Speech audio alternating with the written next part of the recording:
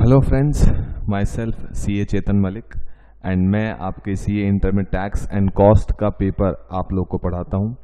मैंने जैसे कि वादा किया था कि अपने चैनल पे कुछ वीडियोस लेके आऊँगा फ्री ऑफ कॉस्ट जो एग्ज़ाम के लिए हेल्प करेंगे। आई होप हमारी वीडियोस आपको एग्ज़ाम में हेल्प करी होंगी। कुछ फ्री वीडियोस हम लोग लेके आए टाइम टू टाइम। और दोस्तों, CA इंटर में टैक्स एंड कॉस्ट मैं आपको पढ़ाता हूँ। हमारी लाइव क्लासेस पीतमपुरा और लक्ष्मी नगर में होती हैं। CA इंटर में लॉ ऑडिट शिवाली मैम पढ़ाती हैं, जिनसे आप लॉ के वीडियोस देख रहे हैं। उनकी क्लासेस भी पीतमपुरा और लक्ष्मी नगर लाइव होती हैं। पेन ड्राइव और गूगल ड्राइव वीडियोस भी अवेलेबल है। आप नीचे जो नंबर फ्लैश हो रहा है उस पर कॉल करके आप हमारी वीडियोस के बारे में या लाइव क्लासेस के बारे में इंफॉर्मेशन ले सकते हैं। बस हाँ, ये एंड में याद जरूर रखिएगा, हमारी वीडियोस को लाइक करें, अपने दोस्तों के साथ शेयर करें, कमेंट करें। आपके कमेंट्स हमें मोटिवेट करते हैं कि हम आपके लिए ऐसी वीडियोस और बनाते रहें। और याद से हमारे चैनल को सब्सक्राइब करें, उसकी नोटिफिकेशन के लिए बेल आइकन को प्रेस करें ताकि आपके पास टाइम टू टाइम नोटिफिकेशन आती रहे। So enjoy the classes. ये चैनल आप लोगों के लिए, हमारी मेहनत अगर आप तक पहुंच रही है, आप प्लीज़ इसको एंजॉय कीजिए, अच्छे से एग्जाम दीजिए and God bless you all dear. मिलते हैं CA इंटर में। Thank you. लास्ट क्लास में हम लोग लेजर कर रहे थे, सॉरी ट्रायल बैलेंस कर रहे थे।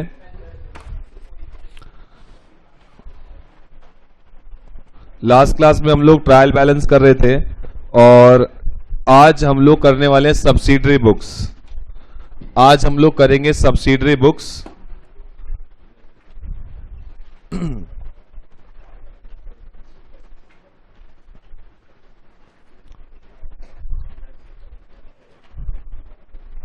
ठीक है जी, आज हम लोग करने वाले हैं सब्सिडरी बुक। सब्सिडरी बुक करने से पहले, एक बार बुक से करने से पहले इसका पूरा कॉन्सेप्ट समझते हैं कि कॉन्सेप्ट है क्या, इसके पीछे के लॉजिक्स क्या हैं, फिर हम लोग बुक पे आएंगे। ठीक है जी, आप मुझे थोड़ा बहुत बताएं कि आपको सब्सिडरी बुक्स के बारे में क्या पता है, in the sense subsidiary books कब और क्यों बनाई जाती हैं। पहला सवाल, सब्सिडरी बुक्स क्यों बनाई जाती हैं और इसकी रिक्वायरमेंट हमें क्यों पड़ती है। इनका कहना है कि डेली के एक्सपेंस, जो छोटे मोटे खर्चे हैं, उसको नोट करने के लिए सब्सिडरी बुक्स चाहिए। सर फिर पेटी कैश बुक क्यों चाहिए, जर्नल क्यों चाहिए।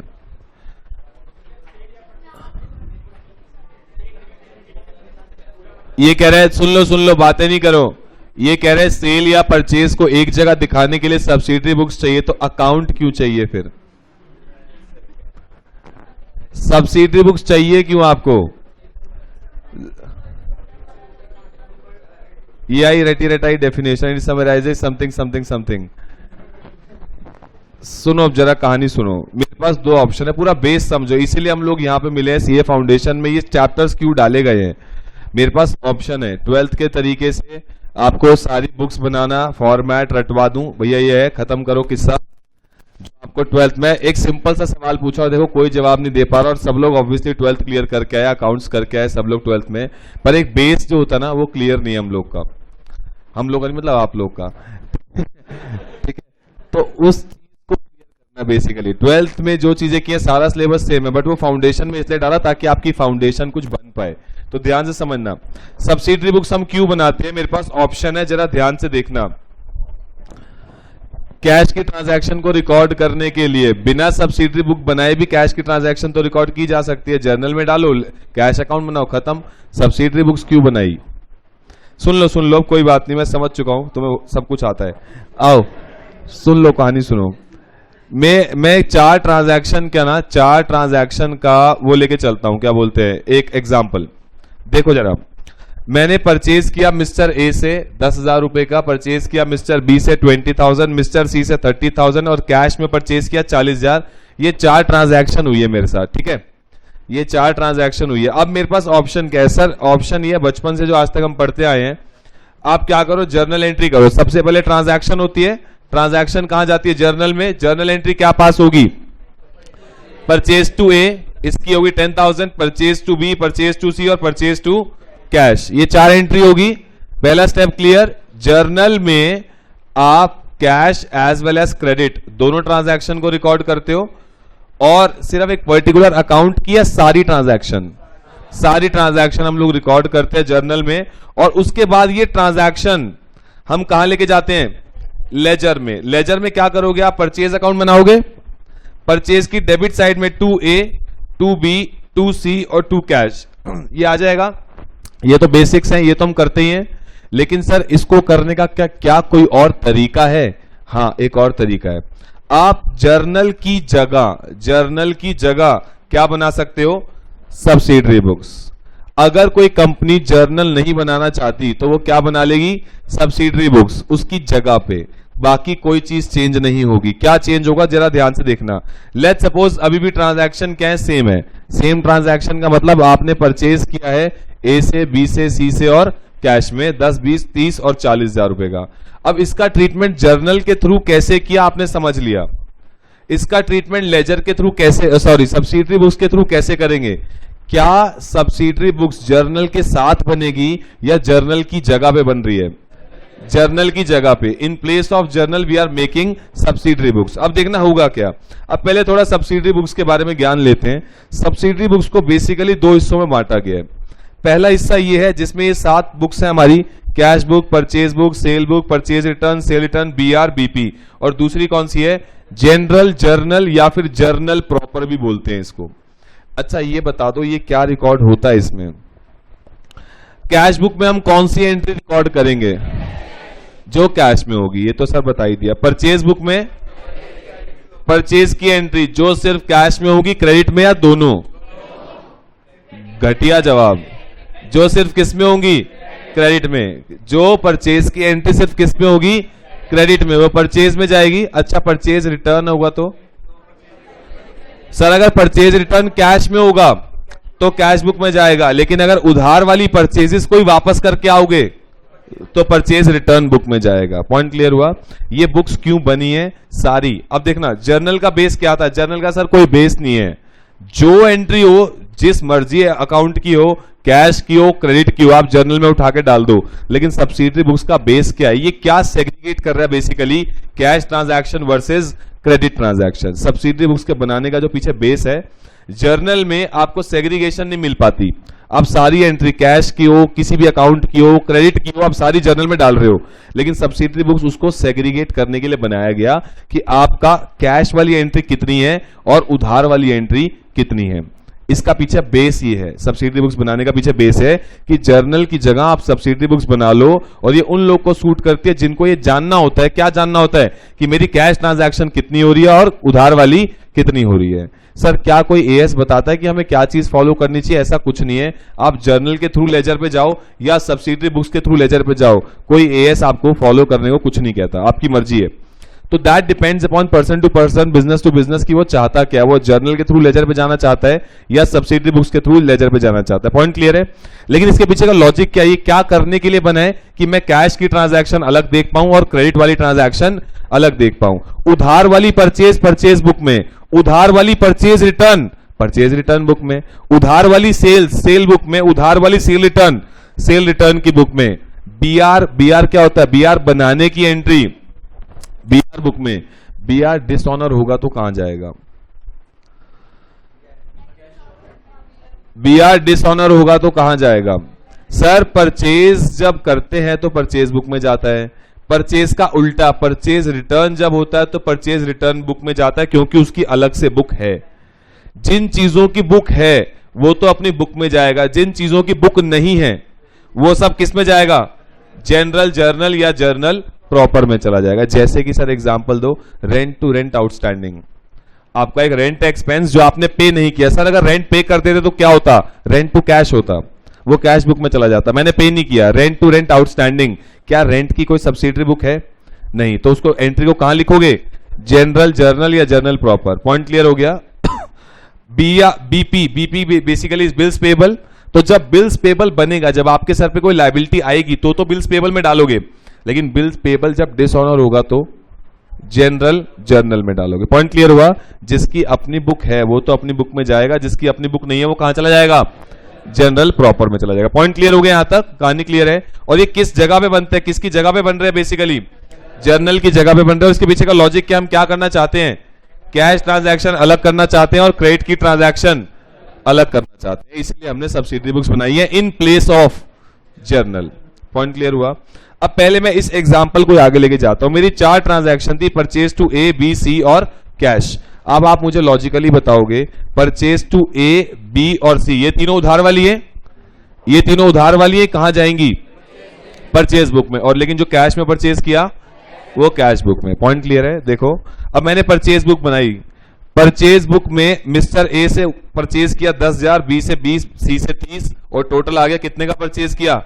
60,000 रुपए का। और कैश में जो परचेज किया वो कैश बुक में चला जाएगा। इसकी एंट्री क्या होगी? परचेज टू कैश, तो कैश बुक में किधर की तरफ जाएगा? क्रेडिट साइड में चला जाएगा। परचेज टू कैश है तो कैश की क्रेडिट साइड में चला गया, बाय परचेजेस 40,000 रुपए का। पॉइंट क्लियर हुआ? बस हुआ क्या सर, ऊपर जब मैं जर्नल बना रहा था ना तो मैं एक ही जगह पे सारी एंट्री लिख रहा था।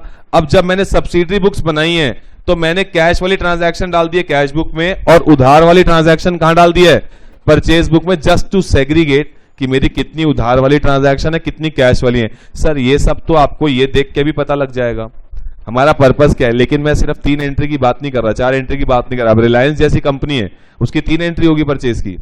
नहीं, उसकी बहुत सारी एंट्रीज होंगी। तो वो क्या करेगा? अपनी उधार वाली जानने की कितनी उधार में परचेज किया, क्या करेगा सर? परचेज बुक का टोटल मार देगा, उसमें तो सारी आई उधार वाली नहीं है, वो उसका टोटल मार के उसको पता लग जाएगा भैया मैंने कितनी परचेज किया उधार में। पॉइंट क्लियर हुआ कि नहीं हुआ?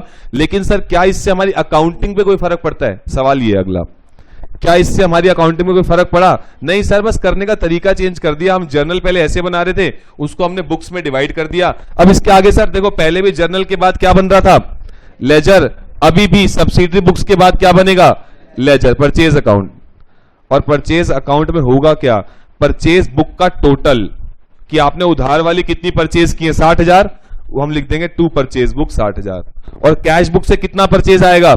40 का परचेज आपने कैश में किया था वो आ गया। सर अभी भी परचेज में 1 लाख आया और पहले भी परचेज में कितना आ रहा था? 1 लाख। बस फर्क कहां पड़ा? फर्क ये पड़ा पहले परचेज अकाउंट में अलग अलग क्रेडिटर के जिनसे आप माल उधार पे लेके आए हो, परचेज करके लाए, सबका नाम अलग अलग अकाउंट में दिख रहा था। अब आपको अकाउंट में सबका नाम नहीं दिखेगा। नाम देखना है तो क्या देखो? Purchase book. यहां नाम नहीं दिखेगा, यहां सिर्फ क्या दिखेगा? उधार वाली परचेज कितनी और कैश वाली परचेज कितनी। पॉइंट क्लियर हुआ? क्या इससे मेरी अकाउंटिंग पे 1 रुपए का भी फर्क पड़ा? नहीं पड़ा। पॉइंट क्लियर है? ये सिर्फ एक एंट्री को करने का क्या है? सिर्फ एक तरीका है। आपको जर्नल नहीं बनाना, मत बनाओ। आप क्या बना लो? Subsidiary books. आपको पता लग जाएगा कैश वाली कितनी ट्रांजैक्शन है और क्रेडिट वाली कितनी ट्रांजैक्शन है। पॉइंट क्लियर हो गया? फर्क बस देखो कहां पड़ा। फर्क कुछ नहीं पड़ा सर, सिर्फ जर्नल की जगह हमने क्या बना लिया? जर्नल की जगह हमने क्या बना ली? सब्सिडरी बुक्स बना ली हैं, जो कि कैश की ट्रांजैक्शन को अलग कर रही है और क्रेडिट की ट्रांजैक्शन को अलग कर रही है। और जो एंट्री कहीं नहीं जाएगी वो कहां जाएगी? जर्नल। जर्नल या इसको जनरल प्रॉपर भी बोलते हैं, जनरल जर्नल या जर्नल प्रॉपर। अभी लिखवा दूंगा सर। पॉइंट क्लियर है? यहां तक मैं आप कुछ एंट्रीज बोलूंगा, आपको बताना है वो एंट्री सब्सिडरी बुक में कहां जाएगी। पॉइंट क्लियर है? ध्यान से सुनना और बताना। कंफ्यूज करूंगा होना नहीं है लेकिन आपको। पहली एंट्री मशीनरी टू कैश, पक्का? Machinery to mister A. मैंने पहले कहा था कंफ्यूज करूंगा और तुम हो गए, दूसरी एंट्री में ही हो गए। मशीनरी टू मिस्टर ए, उधार वाली मशीनरी। मशीनरी क्या परचेज होती है? परचेज किस चीज की होती है? गुड्स की। मैंने क्या परचेज किया है? मशीनरी। एसेट परचेज किया। एसेट टू एसेट की क्या अपनी कोई बुक है? नहीं है। एसेट की अपनी बुक नहीं है तो कहां लेके जाओगे?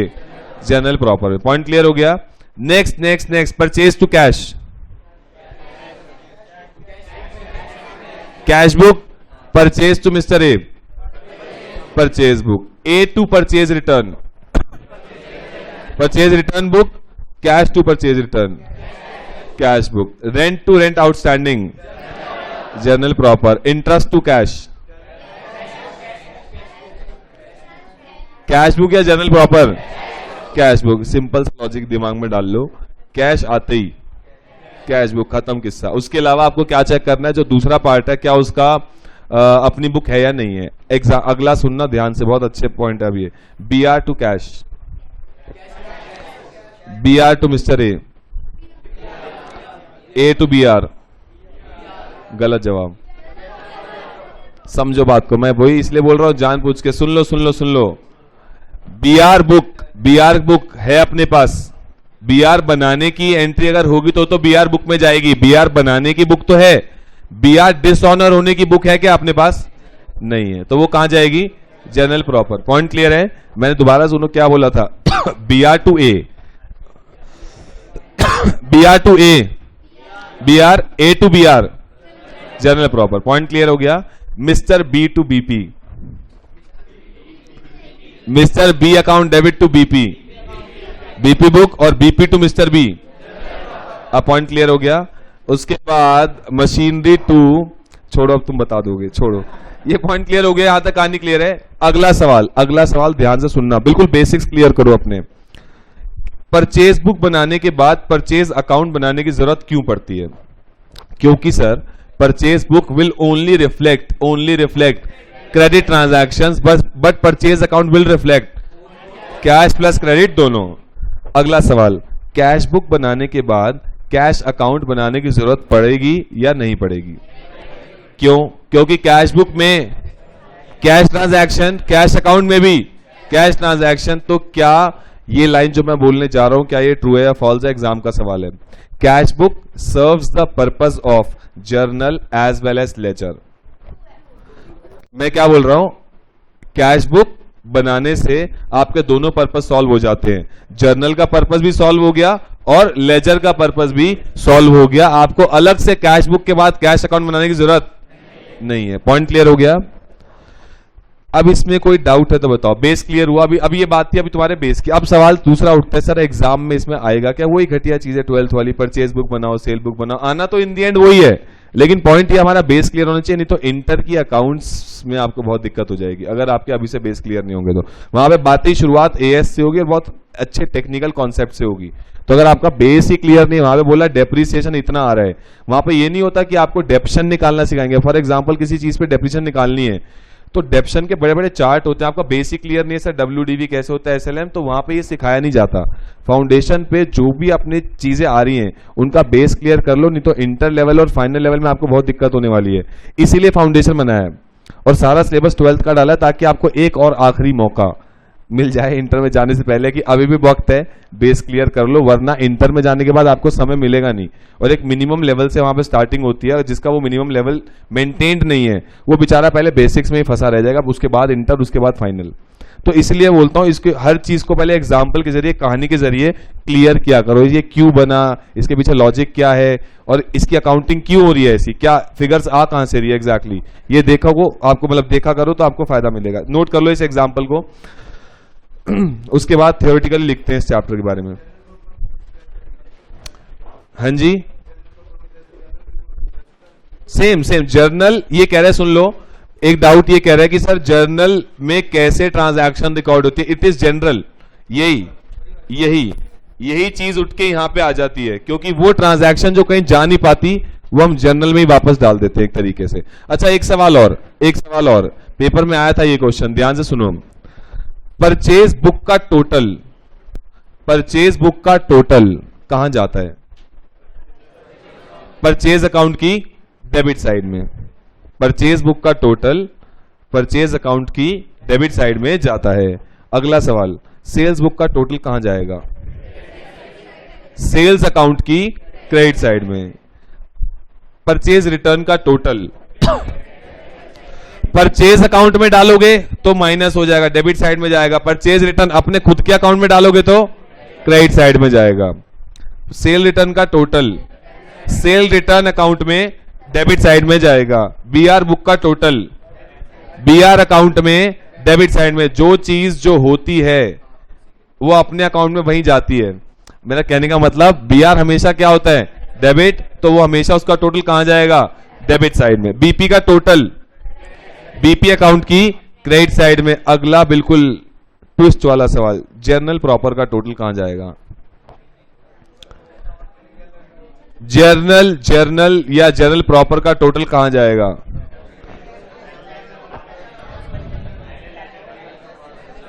जर्नल प्रॉपर का टोटल कहीं जाएगा या नहीं? नहीं जाएगा। एग्जाम में आता है सवाल जब एमसीक्यू आते थे। पॉइंट क्लियर है? नोट कर लो अब।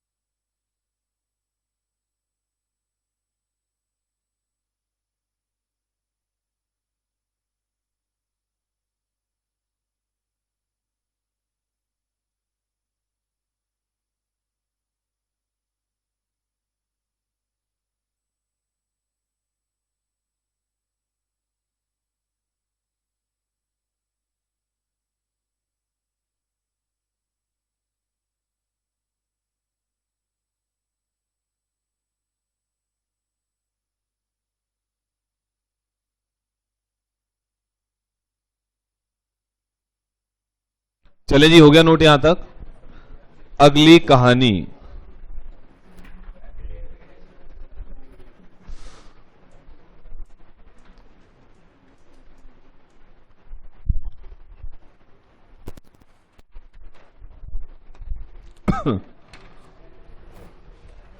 अब आती है इसकी थ्योरेटिकल बातें। सुनो जी, कहानी सुनो। हटा दो इसको। बताओ जी, देखो सबसे पहली बात, पहले रीड करते हैं उसके बाद नोट करोगे आप। All credit transactions are recorded in their respective subsidiary books. ठीक है, सारी क्रेडिट ट्रांजैक्शन हम अपनी रिस्पेक्टिव सब्सिडरी बुक में रिकॉर्ड करते हैं।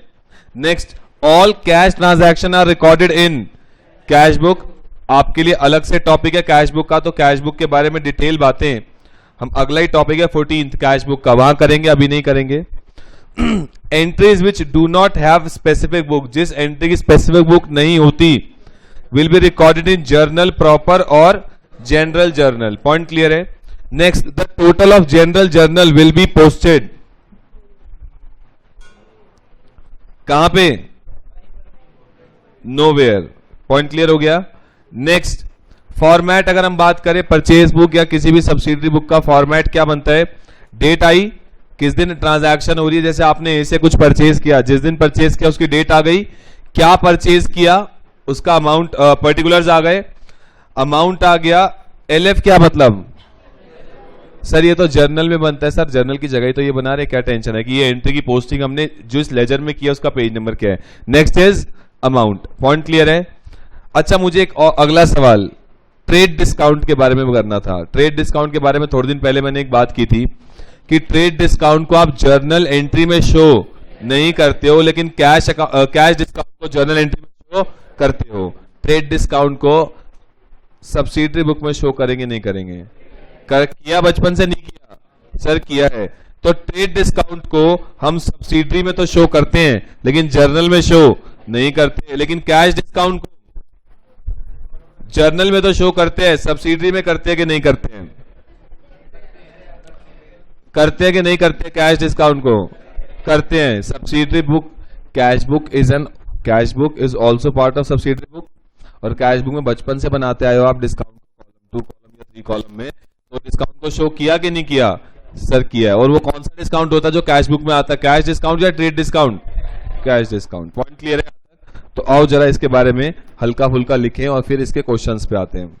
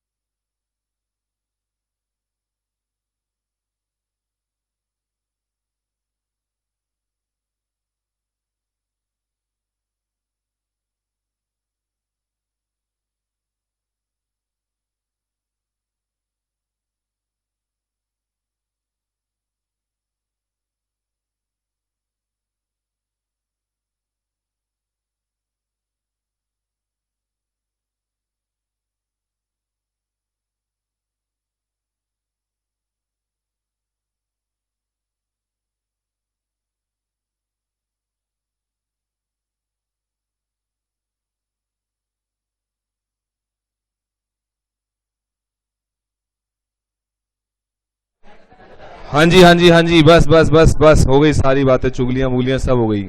आओ आगे चलो। कितनी बातें करते हो मतलब।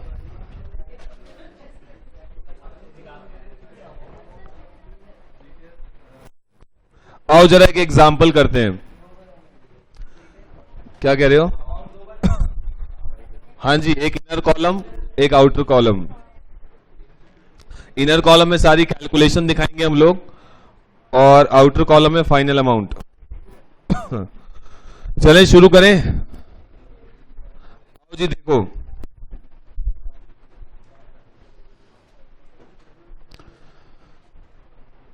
एक एग्जाम्पल के जरिए पूरी कहानी क्लियर करते हैं।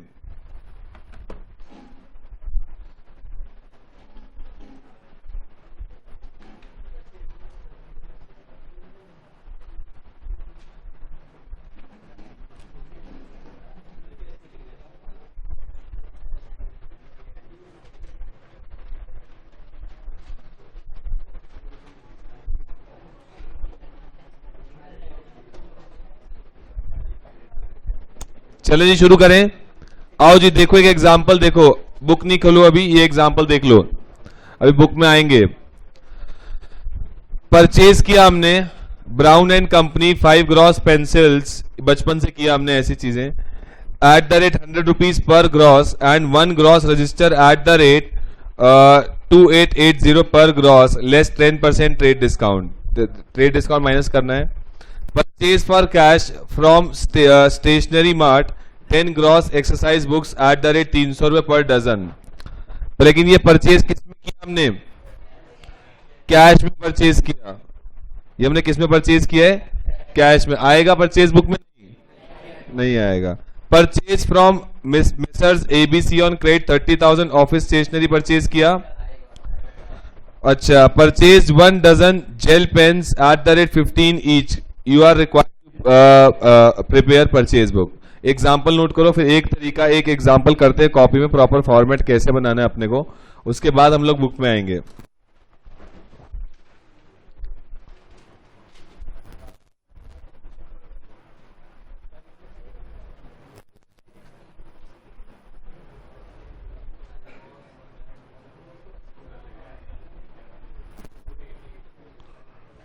लिखो लिखो फटाफट एग्जाम्पल नोट करो।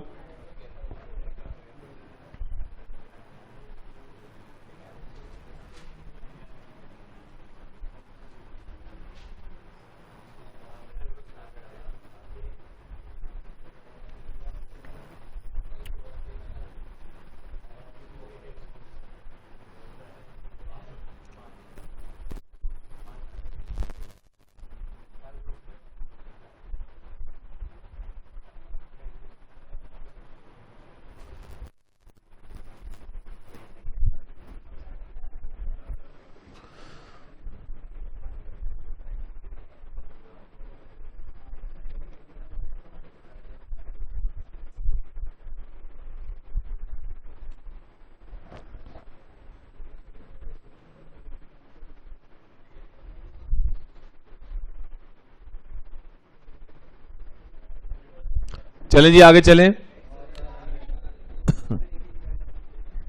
करो करो फटाफट नोट करो।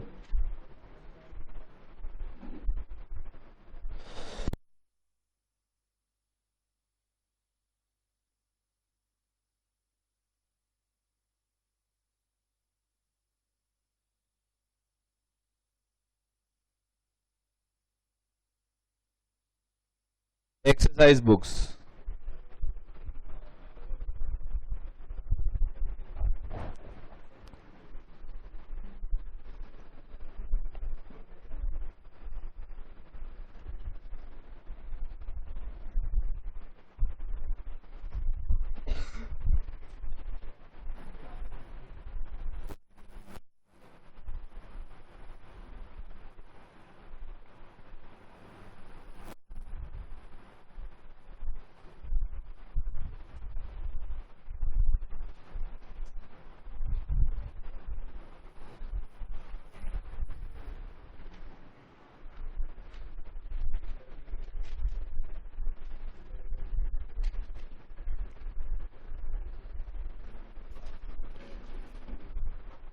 चलें जी शुरू करें।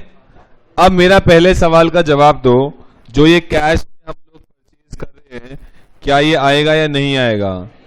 नहीं आएगा। दूसरा सवाल, परचेज बुक का मतलब क्या है सर? जो गुड्स हम जिसमें हम डील करते हैं, जिन गुड्स में हम डील करते हैं, जब वो परचेज करेंगे, एंड दैट टू ऑन उधार, जब वो क्रेडिट पे परचेज करेंगे तभी परचेज बुक में आएगा। अब सर इस क्वेश्चन में से लिखा नहीं, आपको ऊपर लाइन दे रखी होगी कि आपको परचेज बुक बनानी है XYZ की, जो कि एक स्टेशनरी डीलर है जिसका काम है स्टेशनरी बेचना। लेकिन इस पॉइंट में उसने क्या परचेज किया है? ऑफिस स्टेशनरी का मतलब अपने यूज के लिए, सेल के लिए, अपने यूज के लिए। तो क्या ये परचेजेस हुआ?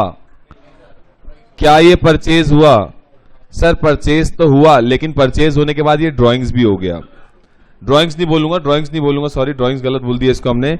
ऑफिस यूज के लिए हो गया, ऑफिस स्टेशनरी नाम से डेबिट हो जाएगा ये। आप एक दुकान पे गए हो, ठीक है, एक दुकान पे मैं सामान लेने गया, एक ऑफिस यूज के लिए और एक ऑफिस में रखने के लिए, आगे बेचने के लिए। अभी मैं अपनी बात ही कर लेता हूं। अभी हम लोग पेन ड्राइव लेके आते हैं, हमारी क्लासेस पेन ड्राइव में जैसे सेल होती है। अभी मैं एक दुकान पे गया, मैंने कहा एक बॉक्स मुझे पेन ड्राइव का चाहिए, मैं उसको आगे बेचूंगा, पेन ड्राइव आगे सेल करने के लिए। तो वो मेरे लिए परचेज हुआ या नहीं हुआ? परचेज हुआ। लेकिन मैं दुकान पे गया पर्सनल यूज या ऑफिस यूज के लिए, ऑफिस में क्लास चलाने के लिए मुझे पेन ड्राइव चाहिए होती है कि मैं कभी कभी क्लास कॉपी करके इसमें लगाता हूं, आप लोग को बैकअप दिखाने के लिए। वो पेन ड्राइव क्या मैंने खरीदी आगे बेचने के लिए? नहीं। तो वो क्या है? मेरी करंट एसेट तो है या मेरी परचेजेज है? करंट एसेट है। क्या वो मैंने आगे बेचने के लिए लिया? नहीं। तो क्या वो परचेज में आना चाहिए? नहीं आना चाहिए। पॉइंट क्लियर हुआ? तो यहां पे आप जो माल आगे बेचने के लिए खरीद रहे हो वो तो आपकी परचेज है, लेकिन जो माल आप खुद यूज कर रहे हो ऑफिस में वो आपकी परचेज का पार्ट नहीं है। पॉइंट क्लियर हुआ? हो सकती है। अभी ये देखो, एक अगला एग्जांपल और ले लेते हैं। अभी लेट्स सपोज मैं एक पेन मैन्युफैक्चरर हूं, ठीक है, मैं प्लास्टिक लेके आता हूं। प्लास्टिक मेरे किस काम आएगा? पेन बनाने के काम आएगा। जब मैं प्लास्टिक लेके आऊं, मैं लेट्स सपोज 100 रुपए का प्लास्टिक लेके आया, मैंने अपने पास एंट्री कर ली परचेज टू कैश 100 रुपए, परचेज रॉ मटेरियल आ गया 100 रुपए का। लेकिन उसमें से कुछ रॉ मटेरियल प्लास्टिक मैंने यूज नहीं किया पेन बनाने के लिए, और मैंने उसको थोड़ा सा अपने लिए पर्सनली यूज कर लिया। पर्सनल पर्पस के लिए यूज करोगे तो क्या एंट्री करोगे आप? Drawings to what? परचेज। आपने परचेज को क्या कर दिया? कम कर दिया। परचेज को कम कर दिया। मैं भी तो वही कह रहा हूं। अगर आपको स्टेशनरी लेके आ रहे हो ऑफिस पर्पस के लिए तो परचेज में जोड़ो ही मत, और अगर वो जुड़ी हुई है तो कम कर दो। सीधी बात यही है। मैं तो वही कह रहा हूं कि अगर आपको जो कि आगे रीसेल के लिए नहीं है उसको परचेज में जोड़ो ही मत, और अगर लाए रीसेल के लिए थे लेकिन बाद में किसी और यूज के लिए ले लिया तो परचेज में से क्या कर दो? कम कर दो। सिंपल कहानी है। पॉइंट क्लियर हुआ? तो पॉइंट ये है कि ऑफिस के लिए जो स्टेशनरी के लिए माल आ रहा है ऑफिस में यूज करने के लिए, क्या वो परचेज में आएगा या नहीं आएगा? सर नहीं आएगा। पहली एंट्री भी नहीं आएगी। पहली एंट्री किस वजह से नहीं आएगी? कैश की वजह से। दूसरी आएगी, और ये वाली एंट्री नहीं आएगी किस वजह से? ऑफिस यूज के लिए। तो इसका आप देखो ट्रीटमेंट क्या होगा। आप सबसे पहले डेट गिवन नहीं है वरना डेट लिखते। सबसे पहले आपने ब्राउन एंड कंपनी से 5 ग्रॉस पेंसिल लिए, 5 gross pencil @ 100 rupees per gross, तो 500 रुपए की पेंसिल हुई। उसके बाद आपने 1 ग्रॉस रजिस्टर लिया @2880 पर ग्रॉस, तो 1 ग्रॉस रजिस्टर @2880 ये हो गया, टोटल हो गया 330। उसके बाद उसमें आपको क्या मिल गया? 10% का ट्रेड डिस्काउंट। वो आप करोगे, माइनस कर दिया ट्रेड डिस्काउंट, अमाउंट आ गया बाहर। पॉइंट क्लियर हो गया?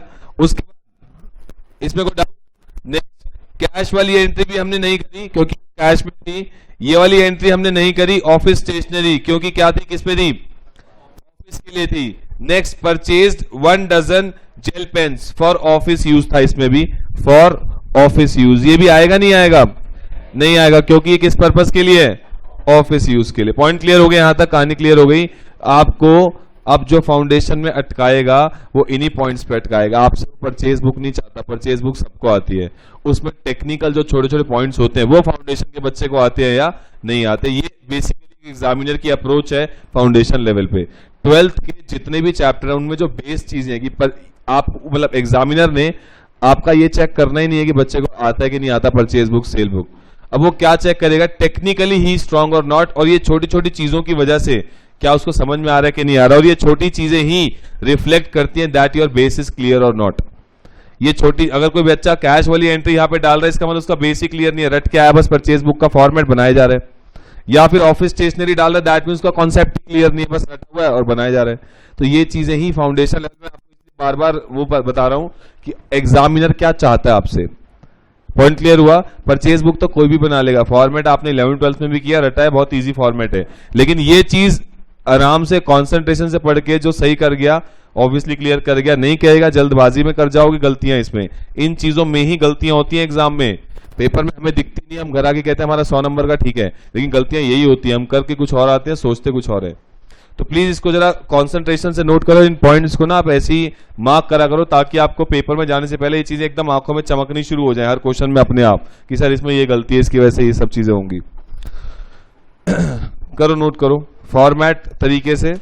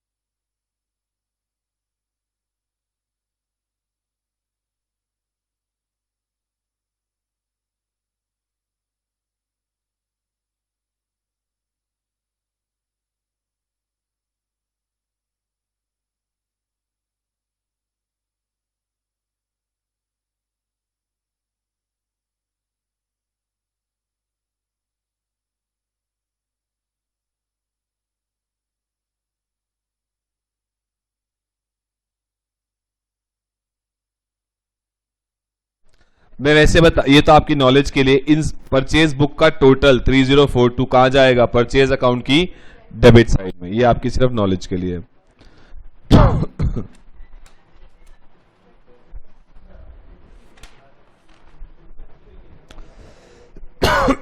चलें जी, आगे चलें।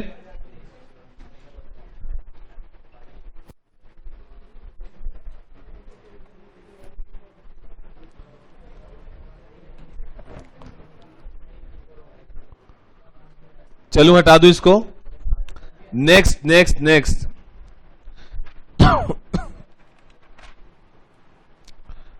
ये मैं आपको एक बार मैंने आपसे कहा था सीए फाइनल कि ये मेरी बुक है, अभी तक मैंने संभाल के रखी हुई है।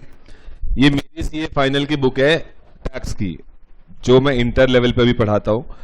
ये सीए फाइनल की मेरी बुक है। मैं आपको ये क्यों दिखा रहा हूं? जस्ट टेक एन आइडिया कि सेल्फ स्टडी और अपनी लैंग्वेज में नोट्स लिखना किसी चीज को समझ के आपके लिए बहुत रेलेवेंट है। ये समरी बुक है, ये सिर्फ एक अप्रोक्सीमेटली 350 पेज की समरी बुक है। ये 8 किताबों की समरी बुक है। 8 books are there in direct tax of CA final, जिसको पढ़ने के लिए 1 दिन मिलता है आपको। 1 दिन में पेपर है, फिर छुट्टी है, फिर पेपर, फिर छुट्टी, ऐसा करके मिलता है। तो 1 दिन में 8 किताबें आप पढ़ नहीं पाओगे, सीधी फैक्ट बात, बिल्कुल जायज बात। उनकी ये समरी बुक है। Summary book is self 400 page की है, 350 से 400 पेज की समरी बुक है। और ये पढ़ने की जरूरत नहीं है। आप कभी भी देखोगे कोई भी कॉन्सेप्ट आप, मैं आपको पूरी बुक दिखा दूंगा, कोई भी कॉन्सेप्ट ऐसा नहीं है। मेरा सिर्फ एक छोटी सी सोच है, आपने कुछ भी पढ़ा कुछ भी पढ़ा, बीइंग एन इंडियन हमारे को पता है हमारी इंग्लिश में कितना हाथ टाइट है। हमको पता है, देखो दिल से सच्चाई सबको पता है, कोई कितना ही अंग्रेज बने सबको पता है सबकी इंग्लिश कहां स्टैंड करती है। अभी बोल दूं मैं आपको 10 सेंटेंस बनाने को, उसमें 10 गलतियां कर दोगे, ग्रामेटिकल मिस्टेक्स प्लस है। सबकी इंग्लिश में कुछ ना कुछ हाथ टाइट है। बहुत रेयर मैंने ऐसे लोग देखे हैं, 20 में से 1 या 2, बहुत रेयर, ये भी मैं ज्यादा बोल रहा हूं, जिनकी इंग्लिश बिल्कुल एक्यूरेट है, 100% करेक्ट है। बहुत रेयर लोग हैं। तो अब करना क्या चाहिए आपको? कोई भी कॉन्सेप्ट पढ़ते हो, 10 मिनट लगाओ उसको पढ़ने में, आराम से पढ़ो जब पहली बार पढ़ रहे हो, और उसके बाद जो उसमें से समझ में आया उसको अपनी लैंग्वेज में वहां लिख लो। क्योंकि मेरा सिंपल सा एक कॉन्सेप्ट है, एक कॉन्सेप्ट को पढ़ने में आपको 10 मिनट लगे, दोबारा उसको रिवाइज करने में अगर 10 मिनट लग रहे हैं तो पहली बार इसका मतलब आपने कुछ नहीं पढ़ा, वो बेकार होगी पहली पढ़ाई। आपने पहली बार एक चीज को पढ़ा, उसको पढ़ने में 10 मिनट लगे, आपके दिमाग में वो चीज बैठ गई। पहली बार बिल्कुल आराम से पढ़ो, कोई टेंशन नहीं है। अगर सेम चीज को पढ़ने में दोबारा 10 मिनट लग रहे हैं तो आपने पहले वाला टाइम बेकार हो गया आपका, आपने उसका मतलब पहली बार वाले का कुछ कंक्लूजन निकाला ही नहीं। मेरी सोच क्या कहती है, पहली बार किसी चीज को पढ़ने में 10 मिनट लगे, दोबारा उसको पढ़ने में मैक्सिमम 5 मिनट लगने चाहिए। रिवीजन हो रही है वो, पहली बार पढ़ना। रिवीजन का मतलब ही क्या होता है कि जो चीज हम पढ़ चुके हैं उसको दोबारा पढ़ रहे हो, दोबारा पढ़ने में सेम टाइम लग रहा है, तो इसका मतलब पहली बार वाली पढ़ाई आपकी बेकार है, कुछ करा ही नहीं आपने पहली बार में। तो ये चीज होती है, अगर एनालाइज करोगे वही बात हो जाती है ना कि कहना बहुत आसान है, 1 लाख में से सिर्फ 400 लोग सीए बनते हैं, and that too I was rank 13। तो मैंने जो मेहनत की है मैं आपको इसलिए दिखा रहा हूं कि अगर अच्छे लेवल पे आपको कुछ भी करना है तो थोड़ा सा अभी से अपने आप को घिसना शुरू करो, और ये मान लो कोई कोचिंग तुम्हें पास नहीं करा सकती अगर तुम्हारे में डेडिकेशन नहीं है। मैं बिल्कुल फैक्ट बात बोल रहा हूं, ताली 2 हाथ से बजनी है। हमारे सिर्फ टारगेट होता है आपको एक गाइडेंस देना, एक दिशा दिखाना कि आपको इतना पढ़ना है, पढ़ना आपको खुद ही है। नहीं पढ़ोगे, आप कोई भी उठा के देख लो, कोई भी बुक से ज्यादा आपको मेरा लिखा हुआ अंडरलाइन मिलेगा, मेन वर्ड्स हाईलाइट मिलेंगे, कुछ भी। ये मेरी खुद की बुक है सीए फाइनल की, टैक्स की। कोई भी कॉन्सेप्ट, कोई भी कुछ भी आप देखोगे आपको लिखा हुआ हर कॉन्सेप्ट में मिलेगा। जो भी चीज मुझे समझ में आई मैंने उसको वहां के वहीं उसी कॉन्सेप्ट को तुरंत वहां लिखा अपनी लैंग्वेज में कि भैया ताकि मुझे दोबारा पढ़ने में इसको उतना समय ना लगे जो पहली बार में लगा था। और तभी आप एक दिन में सारा सिलेबस रिवाइज कर पाओगे। अगर आपने इस टाइम को यूटिलाइज नहीं किया, आप अभी क्या कर रहे हो, अभी कुछ नहीं कर रहे हो, अभी तो सब कुछ पढ़ रहे हो, अभी तो बहुत टाइम है एग्जाम में। अभी जो पढ़ रहे हो ना उसकी फाइनल एक समरी, मेरा बस ये पॉइंट दिखाने का सिर्फ एक कंक्लूजन है, एक समरी आपके पास जरूर होनी चाहिए। लास्ट मोमेंट पे एक दिन में आप नहीं कर पाओगे ये सारी चीजें। सारा सिलेबस रिवाइज करना इन 1 day is a bit difficult, foundation फिर भी कुछ नहीं है। इंटर और फाइनल में आओगे ना तो हालत टाइट हो जाएगी। मतलब ये मान के चलो टैक्स की 8 किताबें, मैं अगर आपको दिखाऊं इसका कवर पेज, ये देखो, ये 8 किताबों का मॉड्यूल है, 1 2 3 4 5 6 और 7वीं और ये 8वीं किताब है। इसके अलावा एक बुक और है, ये इन 7 किताबों का समरी मॉड्यूल है। ये समरी है, डायरेक्ट टैक्स समरी। ये समरी बुक है 350 पेज की, और अगर मेहनत नहीं करोगे अभी के अभी तो दिक्कत में आओगे बाद में। ये मेरा बस एक सिर्फ दिखाने का पर्पज यही है। आप कोई भी कॉन्सेप्ट उठा के देखो, सब में कुछ ना कुछ आपको लिखा हुआ जरूर मिलेगा, अंडरलाइन मिलेगा।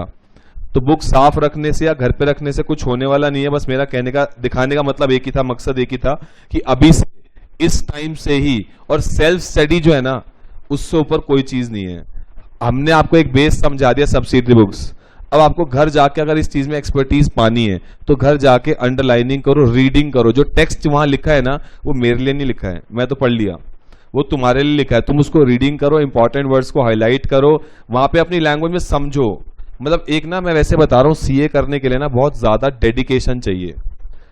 मजाक मत समझना, सीए को फाउंडेशन अगर क्लियर हो भी जाए तो नॉर्मली बच्चों में ना वो आ जाता है, अरे अब तो हो ही जाएगी। मैं बता रहा हूँ फाइनल लेवल तक मैंने ऐसे लोग देखे हैं 4-4 5-5 साल पढ़ाई करने के बाद फाइनल लेवल में आगे 5-5 10-10 साल हो गए, फाइनल क्लियर नहीं हो रही, हार के छोड़ दी। जब तक सीए फाइनल क्लियर ना हो जाए, कुछ आप समझ लो, आप अभी तो किसी लेवल के नहीं रहोगे। स्पेशली वो लोग जो बीकॉम कॉरेस्पॉन्डेंस कर रहे हैं, अब तो बीकॉम कॉरेस्पॉन्डेंस ही अलाउड है सीए के साथ। और अगर आप बीकॉम कॉरेस्पॉन्डेंस कर रहे हो और लेट्स सपोज सीए नहीं हुई लास्ट में जाके, तो क्या करोगे? कोई ऑप्शन नहीं है। तो बहुत डेडिकेशन चाहिए, मेहनत चाहिए। मैं ये नहीं कहता सीए मुश्किल है, सीए का सिलेबस ज्यादा है, मुश्किल नहीं है, बहुत इजी सिलेबस है, लेकिन सिलेबस ज्यादा है। और ज्यादा को आपको बार बार पढ़ना है, बार बार पढ़ना है, तभी आप उसको अच्छे से रिवाइज करके पेपर में लिख के आओगे। और बार बार पढ़ने के लिए आपको टाइम चाहिए। इसीलिए तो बोलते हैं सीए में आप लोग सुना होगा 12-12 घंटे पढ़ना पड़ता है। ऐसा कुछ नहीं है, ये बात गलत है। 12 घंटे हर बच्चे का अपना कैलिबर है। कोई बच्चा एक चीज 1 घंटे में करता है, वही चीज दूसरा बच्चा 2 घंटे में करता है। वो डिपेंड करता है आपके अपने कैलिबर पे, और आज तक जो आपने गुल खिलाए 12 तक, उस पर डिपेंड करता है आपने किया क्या है आज तक। पॉइंट क्लियर हुआ नहीं हुआ? तो सुन लो मेरी कहानी, सिंपल सी बात यही है, अभी से सेल्फ स्टडी रोज का रोज जो हो रहा है वो घर जाके पढ़ना शुरू कर दो।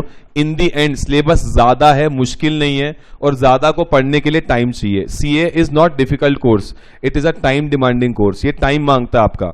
अगर आप समय नहीं दोगे सीए को तो नहीं हो पाएगी, सिंपल सी बात है।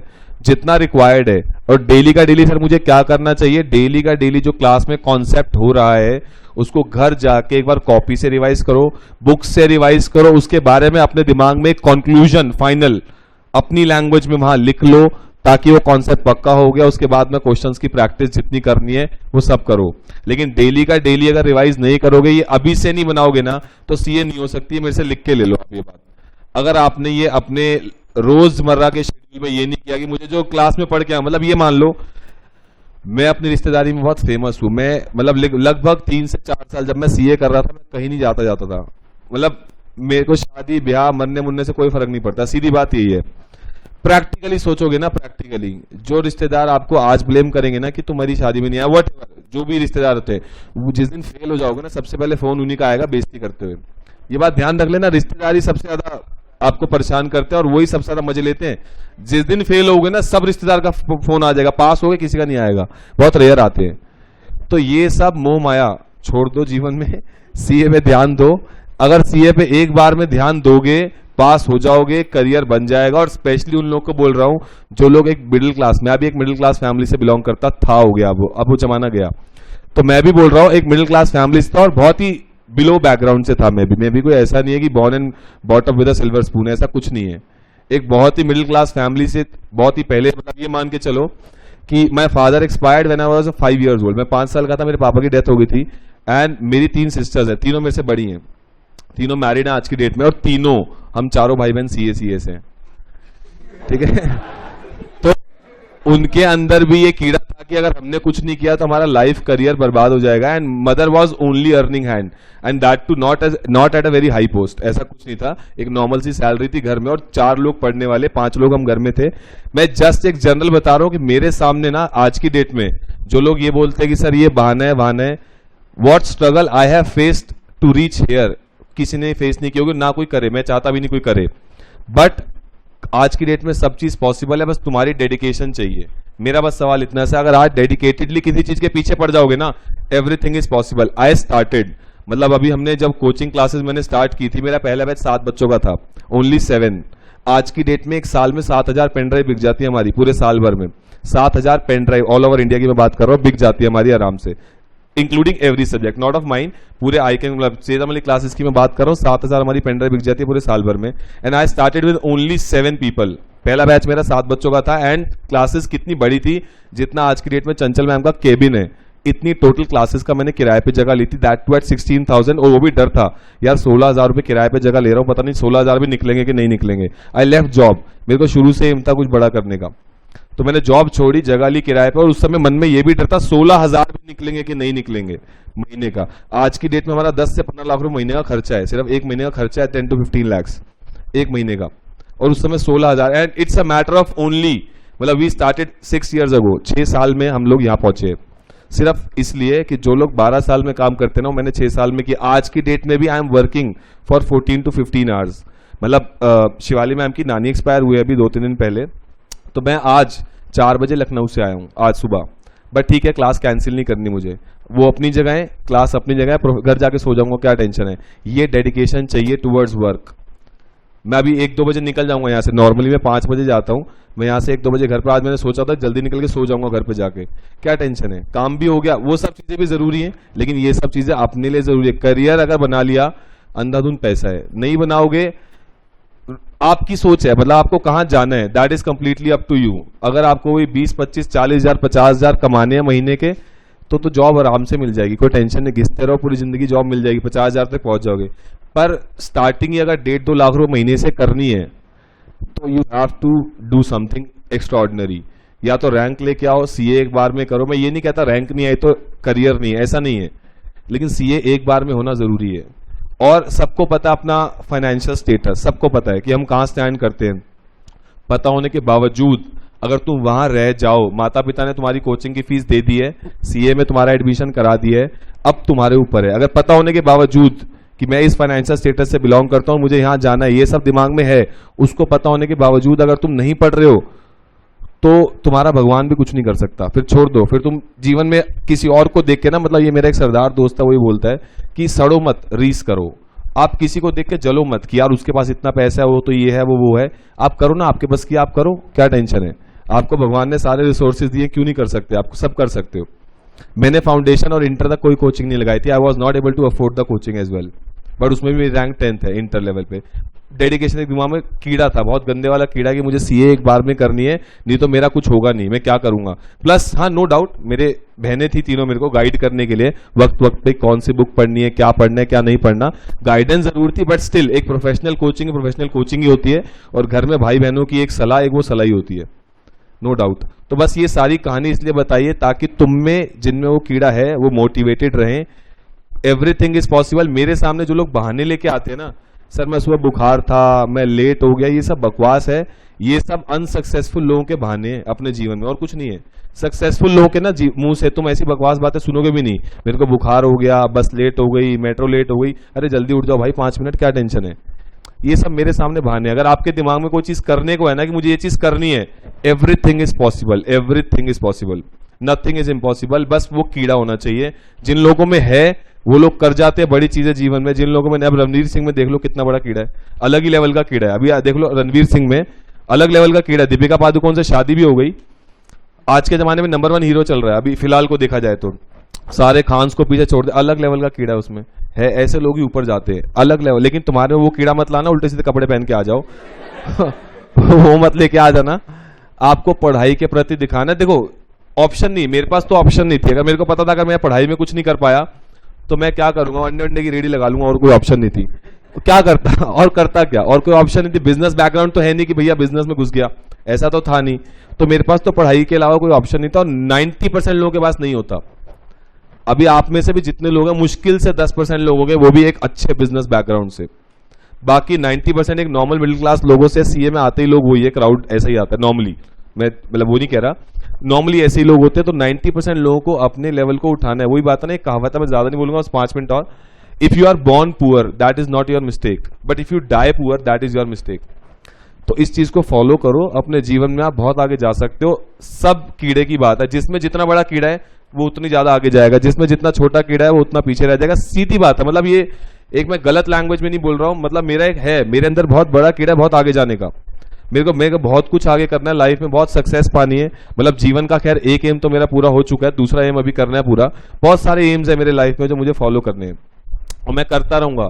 अभी at this age, I am 29, at this age मैंने अपने पैसों से BMW ले चुका हूं, जो मेरा एम था, और belonging to that background 62 lakh रुपए की गाड़ी है जो मैं अपने पैसों ले चुका हूं, जिसमें सब रिश्तेदारों ने मुझे मना किया, अभी जरूरत नहीं है, अभी पहले बच्चे कर लो, ये वो उल्टी सीधी बातें, बकवास बातें। ये सब चीजें आएंगी तुम्हारी लाइफ में भी आएंगी। ये मैं एक जनरल एज अ बड़ा भाई तुम्हें समझा रहा हूं, ये सब बातें तुम्हारी लाइफ में भी आएंगी। But dreams are dreams. मतलब आज 29 साल की उम्र में मैं BMW ले चुका हूं, मेरे को बहुत खुशी है, प्राउडली। एक पैसा किसी का नहीं है, सब मेरा खुद का कमाया हुआ है आज की डेट में। अभी अगले 2-3 एम्स और हैं बड़े बड़े मोटे मोटे, वो करने हैं मुझे पूरे। वही बात है ना, बचपन से एक कोई बड़ी गाड़ी जाती थी, यार ये लेनी है, ऑडी लेनी है, BMW, सबका खपना है। आज के डेट में मैं सबको बोलूंगा सबको लेनी है, बट मेहनत किसी को नहीं करनी। लेट आना है क्लास में, पढ़ना नहीं है, होमवर्क करना नहीं है, करना कुछ नहीं है, गाड़ी सबसे बड़ी चाहिए। पॉइंट ये है ना, ये सब चीजें अभी से समझ जाओगे ना। मेरे को क्यों समझ में आई, मेरे को गाइड करने वाले लोग थे नॉर्मली, और बहुत छोटी उम्र में मैंने बहुत कुछ देखा है। मेरे को गाइड करने वाले बहुत लोग थे, मेरी सिस्टर्स थी मेरे को गाइड करने वाली, नॉर्मली जो नहीं मिलता लोगों को, गाइडेंस नहीं मिलती। आपकी एज अभी एक जलती हुई मोमबत्ती की तरह है, जिस खांचे में डाल दोगे वैसी हो जाएगी। गलत संगति में पड़ जाओगे, गलत एंगल में चले जाओगे, होना कुछ भी नहीं है। ये मेरे सर मुझे बताते थे फाइनल लेवल में। अभी के 4 साल और बाद के 40 साल आपस में इनवर्सली रिलेटेड है। अभी के 4 साल मेहनत, बाद के 40 साल मजे के। अभी के 4 साल ऐश, बाद के 4 साल मेहनत के। That is completely up to you, whatever you want to do. माँ बाप आज तक हमें मीठी गोली देते आए हैं, और पढ़ लो, 10th कर लो, फिर 12th कर लो, ये फाइनल गोली है। सीए कर लो, इसके बाद कोई मेहनत नहीं है, लेकिन एक बार में कर लो अच्छे से, तो आपका करियर बहुत अच्छा जा सकता है। That is sure. नहीं करोगे तो बहुत समस्या में आ जाओगे, फिर देखते जल ही रहोगे। फिर तुम पेट्रोल पंप पे पेट्रोल ही भरना, ऑडी वाला पेट्रोल डलवा के चला जाएगा आपके आगे से। Fact is fact, that is completely up to you. तो आओ जरा फिलहाल इसी भाषण के साथ हम आगे चले और सब्सिडरी बुक्स पे आ जाए। पेज नंबर निकालो 120।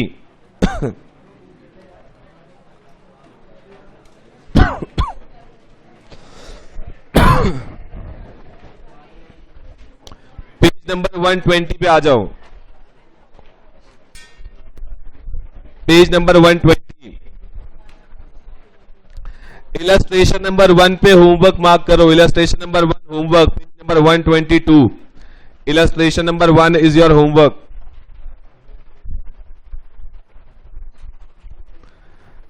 Page number 122, illustration number 1 is your homework. Page number 121 पे आपको ये advantages of subsidiary books important है, एग्जाम में डायरेक्ट सवाल आपको आ सकता है। एडवांटेजेस ऑफ सब्सिडरी बुक्स जरा आओ एक बार रीड करते हैं। पहली एडवांटेज क्या है? डिवीजन ऑफ वर्क, आपका वर्क डिवाइड हो गया। बड़ी बड़ी जितनी भी कंपनीज है, because of lots of entries, वो सब क्या करते हैं, उनका परचेज डिपार्टमेंट अलग है, सेल बुक अलग है, पूरी अलग अलग है। उससे क्या होता है, फायदा क्या मिलता है, आपका वर्क डिवाइड हो जाता है और इजीली हो जाता है, जिसके कारण क्या आ जाती है, स्पेशलाइजेशन एंड एफिशिएंसी बढ़ जाती है आपकी। Next, saving of time. Obviously saving of time, आपको कोई भी इंफॉर्मेशन चाहिए उस पर्टिकुलर डिपार्टमेंट में जाओ, आपको इंफॉर्मेशन रेडी मिलेगी। Saving of time. Availability of information, वही बात होगी कि आपको इंफॉर्मेशन रेडीली अवेलेबल मिलती है, आपको किसी भी चीज की चाहिए। और फैसिलिटी इन चेकिंग, अभी पूरी जर्नल में अगर गलती है तो आप दिक्कत में आ जाओगे। सिर्फ परचेज में गलती है तो परचेज बुक उठा के चेक कर लो कि कहां गलती है। पॉइंट क्लियर हुआ? इंपॉर्टेंट है, एग्जाम में डायरेक्ट क्वेश्चन आ सकता है कि सब्सिडरी बुक्स के क्या फायदे हैं। Division of work, specialisation, saving of time, availability of information और फैसिलिटी इन चेकिंग। नेक्स्ट आओ जी, फॉर्मेट हमने कर लिया। इलस्ट्रेशन 1 आपका गृह कार्य है। इलस्ट्रेशन नंबर 2 सेम पेज पे है, 122 पे नीचे ही है, 122 पे नीचे illustration number 2। Enter the following transaction in purchase book and post them into ledger. आपको परचेज बुक भी बनानी है और उसके बाद लेजर में भी पोस्ट करना है। आओ जरा देखो, April 4 purchase from Ajay enterprise Delhi 100 dozen Rexona hawai chappal at the rate 120 पर डजन, और 200 डजन लेदर चप्पल लिए 300 रुपए पर डजन के हिसाब से, less trade discount 10%, freight charge 150। Freight कितना लगा? 150। अब इसकी आप सब्सिडरी बुक्स में देखो कैसे दिखाओगे, देख लो एक बार। सबसे पहले अजय एंटरप्राइज से माल लिया है, कितना माल लिया आपने? 100 डजन माल लिया एट द रेट कितना? 120 और 12,000 रुपए का, और 200 डजन माल लिया एट द रेट 300, कितना? 60,000। 60 और 12 कितने हो गए? 72,000। उसके बाद उसमें से 10% क्या माइनस करोगे? Trade discount. 72,000 माइनस 7,200, 64,800। उसमें सामने वाले भाई ने आपसे क्या चार्ज कर लिया? फ्रेट 150 रुपए। तो टोटल हमारी जेब से कितने रुपए चले गए? 64,950। बस इतना बता दो, परचेज करते टाइम जो फ्रेट हम पे करते हैं, क्या वो परचेज में ऐड होता है या नहीं होता?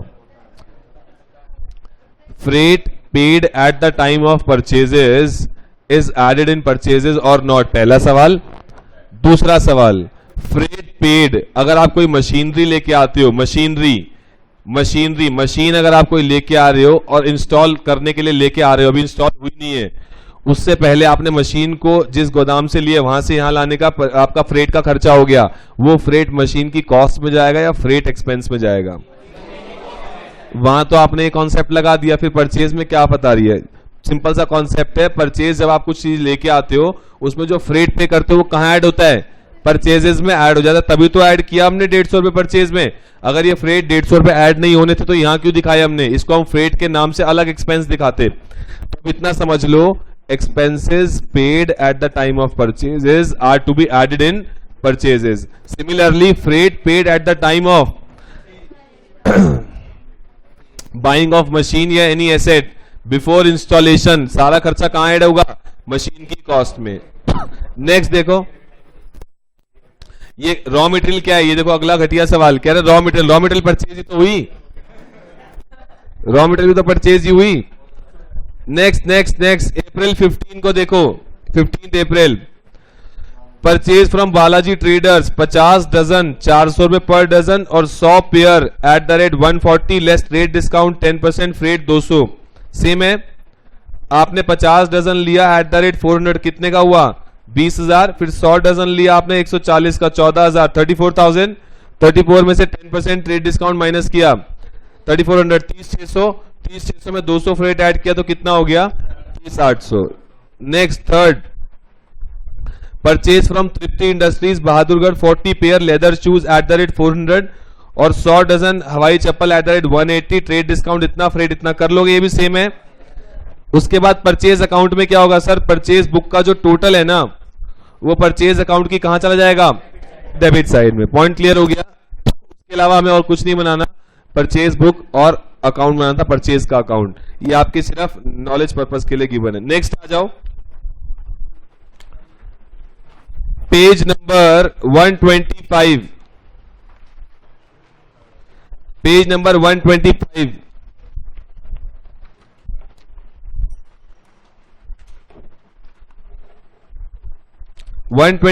पे इलस्ट्रेशन नंबर 3, आपके पास 5 मिनट का समय है, बस चेक करनी है सही है गलत है।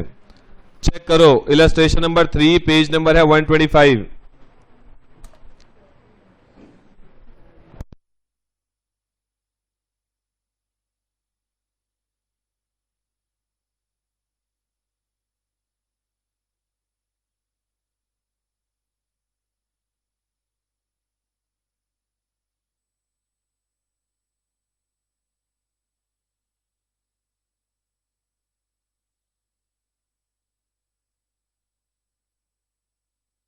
बुक नहीं है तो शेयर कर लो, शेयर कर लो, आगे पीछे अपना जरा बुक ले लो किसे।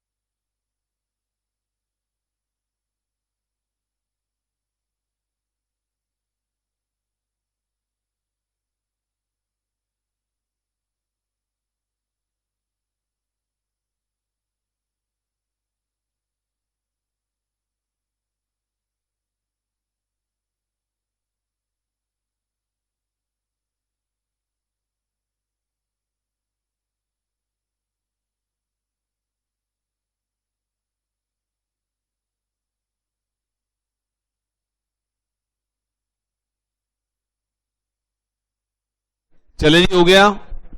आओ जरा, illustration 5 and 6 is your homework. Page number लिख लो, पेज नंबर 127 और 129 पे इलस्ट्रेशन 5 और 6 आपका गृह कार्य है। आज घर जाके बस इसको चेक कर लेना एक बारी। 5 and 6 page number 127 and 129 homework है आपका। अभी लास्ट में आ जाओ, पेज पेज पेज आओ जरा, पेज नंबर 254 पे आ जाओ। 254 पेज नंबर 254 पे आओ, page number 254।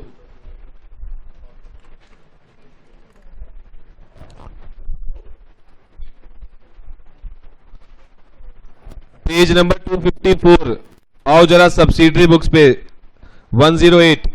In purchase book the record is in respect of, purchase book में क्या आता है, credit purchase of goods dealt in, जिसमें हम डील करते हैं उसकी क्रेडिट परचेज आती है। Next, cell return books, cell return की बुक्स क्या रिकॉर्ड करती है, रिटर्न्स ऑफ गुड्स सोल्ड।